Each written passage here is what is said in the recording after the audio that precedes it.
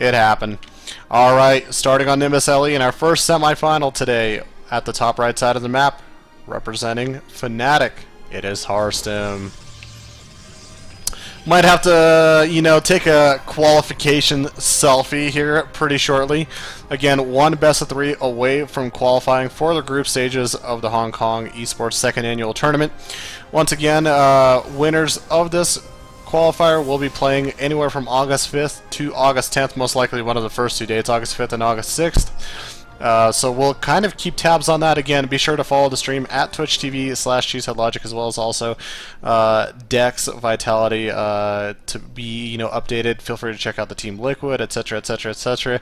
Oh, look at that! The stakes have been risen.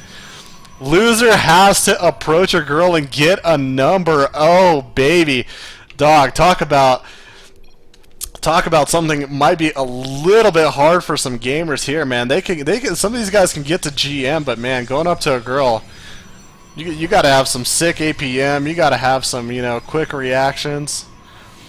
As long as you don't have like Rifkin, like base trade-esque, like pickup lines, I think you're actually going to be okay. But oh man, we raised the stakes really fast, man. That got out of hand. All right, starting down here at the bottom left side of the map, representing Alien Invasion, we have Patience. Now I gotta know, again, we broadcasted Harstem before. I love Harstem, wonderful player, great Protoss, has a wonderful PvP, but Patience, for a while I considered him in the latter stages of 2013, and kind of, I guess, mid to late 2013, I considered him to have one of the most premier PvPs in the game. Watching him compete at DreamHacks and at tournaments overseas, it was inspiring to watch his playstyle. Very fluid, very solid build orders, very thought out, very methodical. So we'll see if he can continue something of that nature today. I haven't broadcasted him in a little while, so it's a pleasure for me to watch him again. Anytime I watch any of these pro players, man, it's a pleasure. But should be very interesting to see how this game plays out. We have Patience scouting out right now what's going on. Found his opponent is Harstem in the similar scenario. Has Harstem seen anything yet? No, Harstem actually hasn't gone across the map yet at all whatsoever. So we have Patience in a little bit of a more, how would you call it? He's in a better position just off the fact that he knows where his opponent is. Now, Harstem, of course, by keeping that probe around, has been able to, you know, gather a little bit more econ. If you send that probe out, you're losing a little bit of resources, not exactly enough to be a huge factor in terms of, you know, preventing a nexus from ever getting up. But due to the fact that he kept it there, he is able to get it up a little bit sooner. Harstem with a double sentry for force fields on the ramp if he ever does need it, but you could just see he's playing a little bit more with a macro focus in mind. Meanwhile, on the other side of the map, Stargate finishes up. We have Phoenixes in production for Patience, and on a map like this, if he gets a couple of Phoenixes, it is very hard to keep tabs on him. So Mothership Core, Stalker positioning, maybe even just cannons in general will be a little bit of the utmost importance for Fnatic's Harstem. Harstem, of course, making sure to cover all of his bases, dropping down a Robo. You never know if your opponent's going to maybe try to run up with some DTs, so just, you know, keeping tabs on a very safe play, very safe opener from Harstem right now. It's macro-oriented and safe. Friendly for all ages. One worker almost manages to get all the way inside the base, but seeing the Mothership Core there gives away the position of the location of Patience. Already a couple Phoenixes out on the map, third one underway. Stargate, meanwhile, on Harstem's side of the end of the map, is also getting some Phoenixes out on the map as well. And you can see Harstem's chasing away at a hallucinated Phoenix. I'm not sure about this.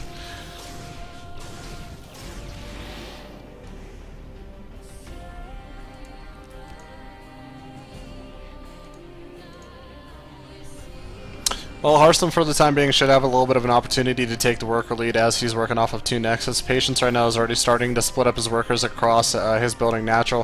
Forge getting added on as well. Twilight Council getting produced. On a map like this, having a very mobile composition does matter, especially that they're sitting cross positions. It is a very large map, and it is also very open as well. But the fact of the matter is, the third to defend from the main to the third to the natural is a very long distance to cover, especially from natural to third base. So you have to be very split up. You have to have your units out in a very proportional manner. Hallucinated Phoenix 4. Harstem does fly over just in time to spot out actually a building Dark Shrine, and oh, look at the meta right here. Look at the gamesmanship, man. Hashtag mind games coming out from Patience, canceling out that Dark Shrine. So we'll see what kind of preparation Harstem does, or we'll see what kind of a reaction he has to it. Harstem has a robotics be underway, so should be okay. Did Harstem actually, wait, did Harstem, while that robo initially was building, did he cancel out that robo and just add on another gate? I'm pretty sure it was earlier, it was a robo and he canceled it out, and then he's rebuilding it again. Oh, I'm so confused right now. Did I swear it was the robo icon when I saw it originally. Oh my god, I'm so confused right now. Okay, anyways. A good chunk of Phoenixes out on the map for Harstem right now. Looks like a total of 7. Robo now finishes up. He's got a Forge as well on his side of the map. Forge, of course, will help out just a little bit versus the Phoenixes. Won't exactly allow them 100% to fly as freely as they might want to. Patience has 6 Phoenixes on his side of the map, adding on a couple more additional gates, but he is teching up a little bit quicker than his opponent, getting his +1, getting his blink as well. So Patience really making sure to work the transition game as well as he possibly can.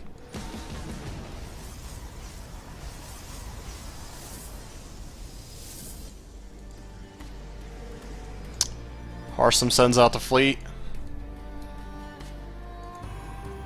Ooh, he's actually going to spot this pylon building. We'll see how quick he reacts over to the pylon. He spots it though. I'm pretty sure he did. Yeah, okay, he does. Not sure if he'll try to chase after it. I think that's going to be a little bit of a risky move at this point. With this amount of Phoenixes though, there is a slight opportunity for him to come in and get a little bit of damage done and fly out as well. Without +2, without crazy amount of numbers of anything else, he should be okay. Picks off two probes, gets on out of there. Phoenix for Phoenix trader as well. So nice little poke right there from Harstem. Harstem now, meanwhile, is going to be trying to fly over to the main base. Picks off a worker, gets on out of there again. All of these little snipes, they do matter. All of these little snipes are very crucial, very important to have in the game. Now, as long as you're not losing a very heavy Phoenix number due to your attempts at sniping them, I think you're going to be fine. Patience adding some more gateways. We probably should be seeing actually a third base come down pretty shortly, and you can see, yeah, there we go. Their probe is coming down over here. We'll see if Harstem has the same thought in mind.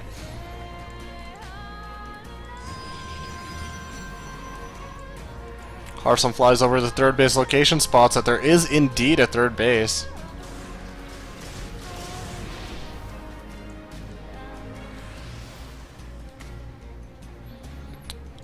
Templars are out now. Some of you guys might be, they could have gone, you know, Mortals, Colossus, blah, blah, blah, blah, blah.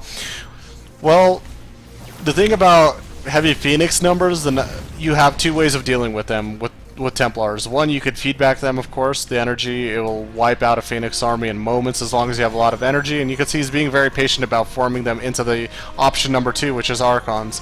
Phoenixes can't exactly fly over Archons efficiently and expect to get anything done. They can't lift Archons, so they just get zapped by him. Both players are grabbing their third bases right now. Harstem, of course, focusing a little bit more on that Immortal production right now, adding the Twilight Council as well. Now, check this out. Harstem, with adding the Twilight Council, can just start as +2 right now. +2 is about to get done for Patience in terms of upgrades, and he's going to be able to start as +3. And Charge is about done. There's actually a really big window for Patience to take advantage of here. The Phoenix numbers are only going to be, they're going to be only so important. If Archons are out on the map, the Phoenixes are only going to be oh so important. Mothership cores in position, more gates getting added on during the way, and this is what Patience is doing. He's adding more tech, he's adding more gates before he's actually producing an army now. Typically in these type of scenarios on a smaller map, you would be a little bit more cautious with how you produce, just due to the fact that if your opponent has been working a little bit and focusing a little bit more on the army value, he probably could overtake you. But due to the fact that both players are sitting back, Patience is really allowing and giving himself the most time to produce, you know, his structures, to get his tech up and going, get his upgrades in position where he wants to be, and after all of that is done, that's when he starts forming the big army. That's when he gets the cluster, and he'll go all in on that army as well, because there's really not going to be too much left in terms of upgrades. The only other one that he could drop down is a fleet beacon if he wanted to really go into Tempest that much earlier. There's also, I think, robotics bay potential as well. Now, Robo, is that the first one? Indeed it is. So first Robo coming down, we'll probably see robotics bay follow up after that. What I'm interested to see, due to the fact that Patience does have 6 gases, is he going to drop down the Robo Bay and a second Robo as well? Because double Robo Colossus production is probably the way to go at this point. But I could be wrong. I could be wrong. Harstem making sure he cannons up his natural really well, so Phoenixes can't come through there and snipe away at the probe count without actually taking away, without taking some actual losses. The ground army for Harstem, though, in fact, is looking pretty solid. He's got already the Archons, he's got the Immortals, +2 and Charge are about to finish up, so he is catching up to his opponent. Patience, is he going to decide to move out, or is he just going to go for a 4th base? He might be going for a 4th base. He's at least putting up pylons. Hallucinated Phoenix comes on through. Gets sniped down. Phoenix is still for Harstem, hoarding around flying around the map, seeing if they can maybe find some answer right now. And oh man, as soon as they spot those Archons, get back! Oh, get back! Nothing says get back like an Archon, man. Well, more pylons, more cannons over here. So this 3rd base, if Phoenixes come over, should be, well, not too safe. You're still going to be able to get a lot of pickoffs, but at least there's a cannon there. It's better than having nothing there. Patience, meanwhile, at the 60-minute mark, going to be grabbing his other bases right over here. More Archon formation. Natural's in a very solid position. Now this is very cool because you can see the Patience is actually preparing all over the place. He's got his Templars here for a reason, because if in fact the Phoenixes do come over, he's going to be able to feedback all of them. He's not forming them into Archons just yet. He's hoping to bait them out. Again, 2 cannons. They'll do some damage to the Phoenixes, but the thing is, the Phoenixes still will be able to fly over and pick off 6, 7, 8, 9 workers. So by having those feedbacks in position, he keeps himself very safe at that base. Alright, +3 underway right now for Harstem. What does he have out on the map right now? We're taking a look and seeing he's got Archons, he's got Charge Lights, he's got Immortals. And he does have that Warp Prism as well, which I don't know if he's going to maybe try to plan to get a little bit sneaky with it, get a little cheeky with the lift-offs, and try to maybe get behind his opponent with some of those Immortals. But you take a look at Patience deciding to walk on back, trying to get his army up as well. Still hasn't added that second Robo that I'm aware of for the time being. Storm upgrade underway, +1 armor. And that's really smart by Patience, because sometimes when you get the +3, you just sort of forget about it, and that's what I'm talking about. See, this is what I'm talking about right here, man. I told you guys. I told you guys. You guys just have to listen to me, man. Phoenix is flying over some Archons. One more does get zapped down. Meanwhile, over here, Harstem with a Warp Prism, 4 Zealots inside, ready to harass this 4th base. But this 4th base does already have some cannons up, so it will allow him to build up some time to be able to get some defenses warped in time. But fortunately, he is in position too as well to defend. Okay. So at this point, both players are practically maxed out.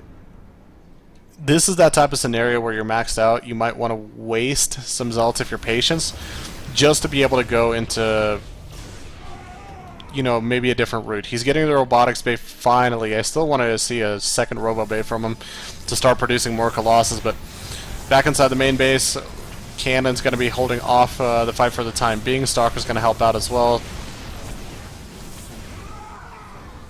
So save at home. Meanwhile, over here at the 4th base, Harstem going to be looking to walk up and maybe do a little bit of damage to the 4th base. Patience walking back to his main, back to his 3rd base. Sorry, there's just like a lot of clutter and action going on. Other side of the map, War Prism Harass coming out from Patience as well. Going to see how much damage he's going to get done. And this is actually really tough for some of these players, because when the War Prism Harass comes dropping in and you have a maxed out army, you can't warp in defenses back at home. Good feedback, good storms, takes out the Mothership Core. More storms are available, and the storms, again, they're not exactly going to win you the game, but they are taking out a lot of the shields of his opponents, buying himself a lot of time to get that proper engagement that he's looking for. Here comes all the charge lots starting to flow on through. The thing is that with the 4 Colossus and the Archon's ability to tank, and the Mortals in the back firing away with the +3 upgrades, it is a very tough engagement, because there is enough time and enough of a buffer with the Archons and the charge lots for the Immortals and the Colossus to wipe out the very, very heavy Zealot army of Patience. Patience heading now across the map. Now some of his units are going to get trapped as he walks across in a little bit of a bad position. Phoenix is lifting up the Immortals, trying to hold them up as well, and the Immortals are going to get caught right now. Can Patience actually break this right now? Hold on. Now wait a minute. Wait a minute. Patience actually, little by little, breaking through, takes out a good chunk of the ground army, takes out a few of the Archons. Immortals still manage to live, man. That's what I'm talking about, that buffer. That buffer that we were talking about, those Archons have done a magnificent job, and you could see Harstem still on the aggressive right now. Meanwhile, over here inside the main base, Patience having to deal with these charge lots. Finally, the cannons do go down. Harstem warping in some DTs as well. Is there detection? Without the cannons, he actually doesn't have detection. He needs that robotics bay to pop out that observer right away, but he's going to lose the Colossus. One DT, man. One mighty DT fighting away.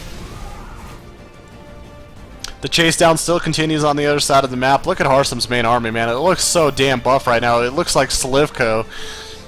If you guys somebody's like, what do you mean Slivko? If you guys haven't seen Slivko, man, that dude is jacked right now. It looks like Slivko. So, and unfortunately, without a mothership core, this army is trapped right now. The best that Patience could do is distract, harass, and defend in other locations, but he's losing a majority of his army, losing all of his immortals. He's losing his Archons as well. This is not a replaceable army. This is going to be very hard to replace, especially when you know you have your opponent's army to deal with still. Forming Archons and more Zealots over at the top left side of the map, but we have some units in position for, well, not many units, but some units in position for Harstem.